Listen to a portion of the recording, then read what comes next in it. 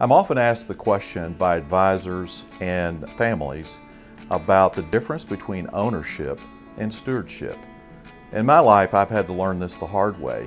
And so Scripture is replete with examples that tell us that God is the owner of all things, not only our material wealth, but also our gifts and our talents.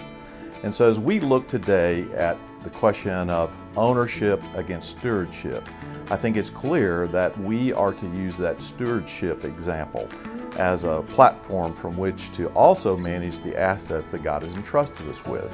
Now, whether we look at the parable of the talents or many other places in Scripture, I think we can see clearly that God is an investor owner who really is in anticipation of a return.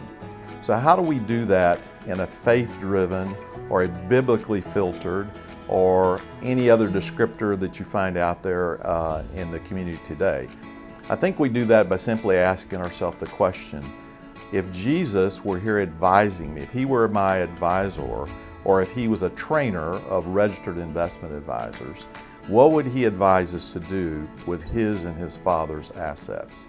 And so that is not an exact science, but is absolutely led by the fact that we put God's plan and purpose for his kingdom first.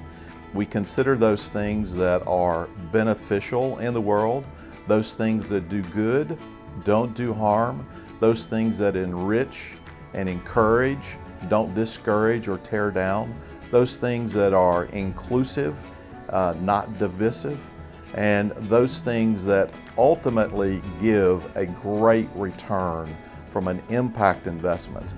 Now, what do we mean by impact? Well, impact is just not measured, of course, by numbers, by actual dollars in return, but is also measured by what impact it has on the people, both the employees that work for a given company you may invest in, the customers that they serve, the ultimate users of their products, and whether that use or service is really putting them in a better place or is really putting them in a worse place.